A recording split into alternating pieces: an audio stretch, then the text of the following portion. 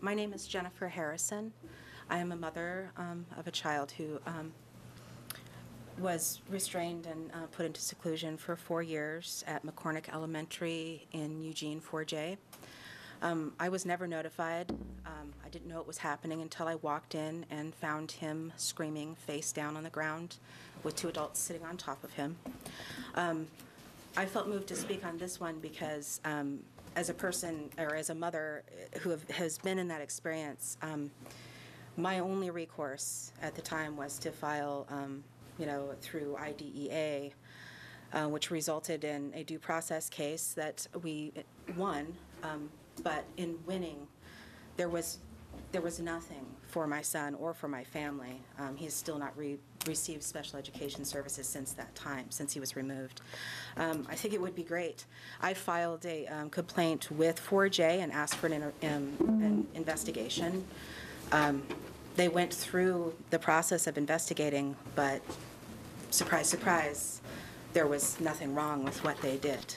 It was an internal investigation. There was, of course, they're not going to come to any other conclusions. I think it would be really amazing to have some way to address these issues, because as a parent, having gone through this and having my child go through this and having no way to protect him and no way to call attention to it, no way to, to do something about it, or more importantly, protect the kids that are still in those positions. And there's a lot of them. That's all I have for this. Are there any questions? Thank you. Are there any questions for Ms. Harrison? I just have one. Did you say that went on for 4 years? It did. Really? At every IEP meeting I attended, it was never brought up. My son, although he would have been able to tell me it was going on, it started so early in his schooling that he just thought that was normal. He would come home and report things like, they're treating me unfairly. And that never in my mind translated to, right, they're dragging him down the hallways and putting him in a locking room. I mean, why would I? Yeah. And I do remember when he first entered the program, they said, in an emergency situation, we may use restraint or seclusion. But in my mind, an emergency situation is, as defined by the OARs, a serious situation. I have incident reports written by the school of them dragging him into the seclusion room for not following directions. I have it in their own writing, but there was nowhere to go with this. Yeah. I have dozens of incident reports like that, but no one to see them, no one to read them. I think this is really important, very, very important. Thank you. Thank you. Any further questions for Ms. Harrison? And you mentioned your son was young. How old was he at the time that these seclusions were occurring and you were being notified? Started in 1st grade and ended the end of his 4th grade year when I walked in and found him. He did not return to school after that. He's now in the 7th grade. He's here. Okay, thank you. Representative Reardon. Yeah, thank you. Could you describe the type of room that he was secluded in? Physical dimensions or description of it, please? My son may be better able to speak to that, and he's going to be coming up to speak to that. I know that it was, when we first started, it was a room in the back of the special ed room that he was in that has no windows, and it had a peephole in the door, and they locked it. But at the time, I didn't pay much attention to it because it was there for emergency purposes. I never actually was inside the room. Room size, not box Closet size. No, okay, thank you.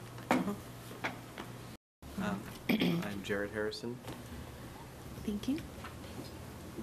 You're going to go first. Oh, okay. And if you can pull the microphone a little closer to you. And I know it's overwhelming sometimes to come into a big room like this, and there's nothing that you can say that's going to be wrong. And we're really glad to have you here. And if you need to stop and take a break, that's okay. But we're here to listen to what you have to say, and we're glad you came. Okay, so I think one of the questions that was asked of my mother was the description of what the room looked like. And can you pull the microphone a little closer so everybody can hear you? Thank you. The seclusion room was, it didn't really look like a closet. It would be, I don't know, I'm sorry, I'll start over, but the room was tall, maybe as tall as this room, but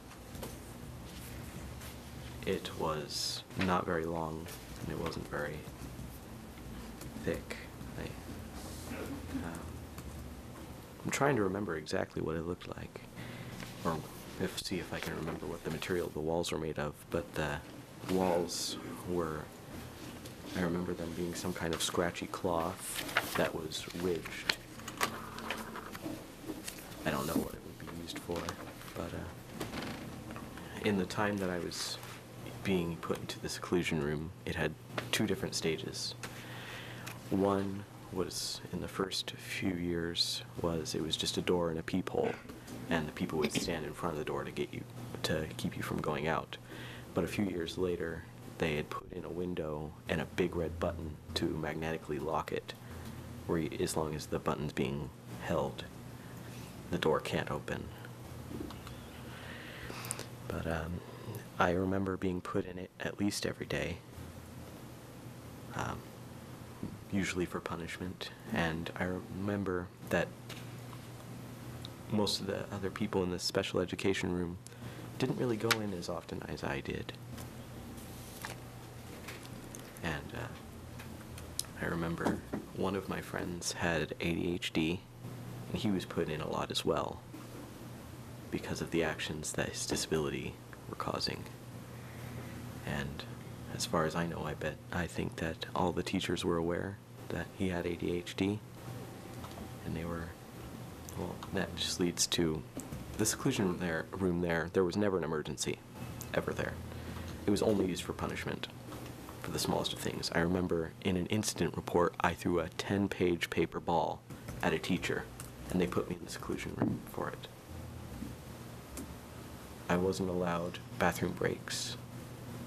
I just had, and in the room, they'd set a timer for 30 minutes, and then they'd make it count up from the 30 minutes every second that you weren't sitting in the back and raising your hand. So when you were done thrashing around, you would sit back in the back of the room, facing the back wall, and raise your hand until they noticed you. And then the timer would start. Put your hand down, and you just sit until the timer goes down. And if you start moving again, they pause the timer and set it up again. And I remember that I would sometimes, since I definitely knew that something was wrong, I wouldn't stop thrashing around for an hour or so. And then still I was a little kid, so sitting in the back, sitting in a room facing the wall for an hour and a half isn't easy. So my timer would often be paused, counting up until they noticed me raising my hand again. Other examples of reasons I was put in the seclusion room were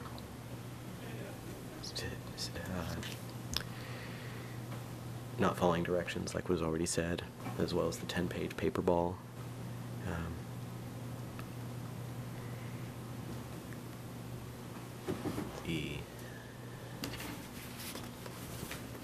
Okay, I can't remember any other examples right now, but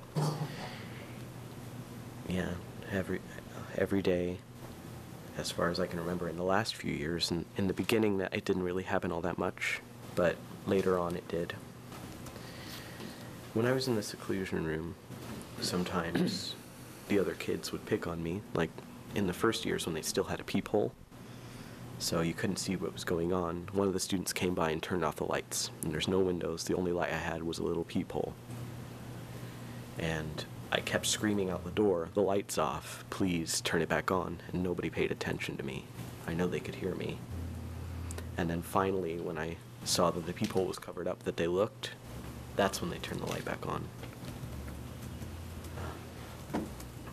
At that time, I think I was 5. No, 5, no. I'm thinking wrong. I'm thinking of grades. It was 5th grade.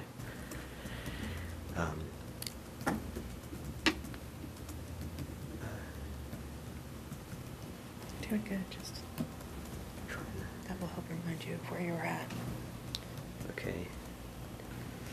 When I was in the seclusion room, I had a feeling that, like was already said, I thought that was school. I didn't know any better. I thought that was the normal thing. That's how everybody was treated. But still, in the back of my head, I didn't think it was right. I always, that's what contributed to me being put in more often than other people, because one day, say I've earned 3 hours of time in the seclusion room for thrashing around. I serve out an hour and a half of that during the day, and then when it's time to go home. The very next day, the first thing I do when I come into school is get back into the seclusion room for that next hour and a half. Same conditions, same everything. And then once that time was done, I was released back into class, and for a really long time, I had all my classes in the special education room. And I was just doing easy homework, hours and hours of just 1 + 1, 5 + 6 kind of homeworks. And also, only the kids in the special education room were put into the seclusion room. I mean, I'm throwing 10-page paper balls. I'm put into the seclusion room.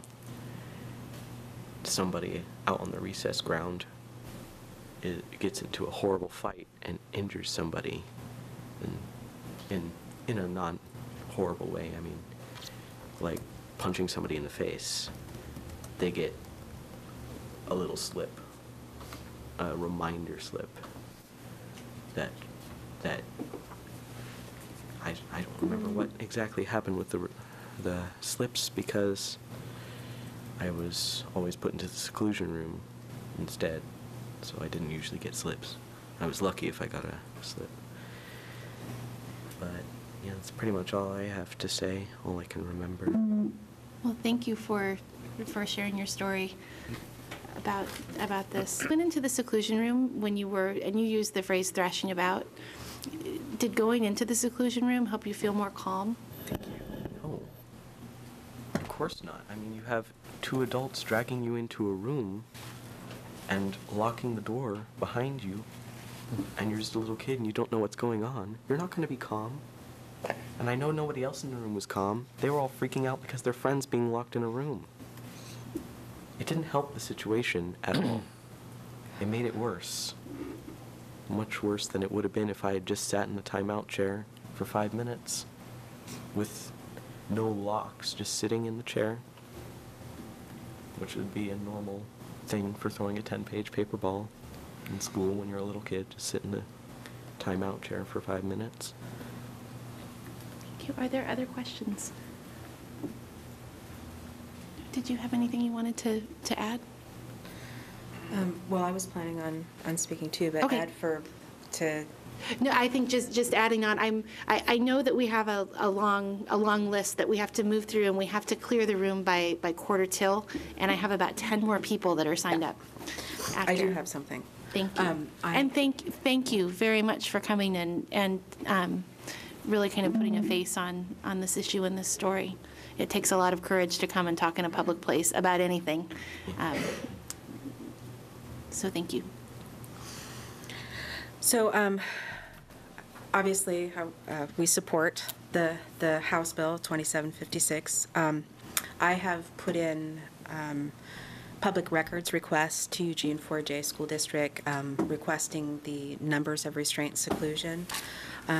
I believe you guys may have a copy of that by now, of what I've received. I have not been, 4J has not responded to me and my requests for last year's numbers, but I have 2007 through 2011 restraint and seclusion numbers. The thing that I'd really like to point out is that in 2010, 2011, there were 235 reported uses of seclusion rooms in 4J, 2010, 2011. 6 schools did not offer any data. I know one of the schools that didn't offer any data to add to that number has a seclusion room. The seclusion rooms are supposed to be used if there is, an imminent risk of serious bodily injury, an emergency situation.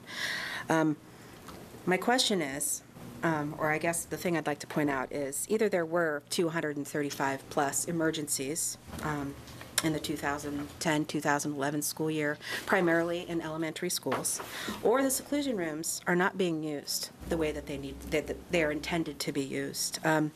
Either way, this makes 4J schools, especially the elementary schools, very dangerous places for kids to be. I know that it was for my son, and I know that there are many other kids and families out there just in Eugene. I'm sure there's many more stories all over the state. This is happening to a lot of kids, and not kids that, are seriously, about to stab someone or whatnot. I'd also like, just really quickly, to kind of point out, when you think about where seclusion rooms or isolation cells are located in our community, it's usually prisons, jails, mental health facilities. I don't think that schools are jails. I hope they're not. And there's not enough clinical oversight for them to be mental health facilities. I think it's inappropriate to have isolation cells in public schools, not only for the students that are subjected to that type of treatment, but for their peers that see this kind of thing happening. It's poor modeling.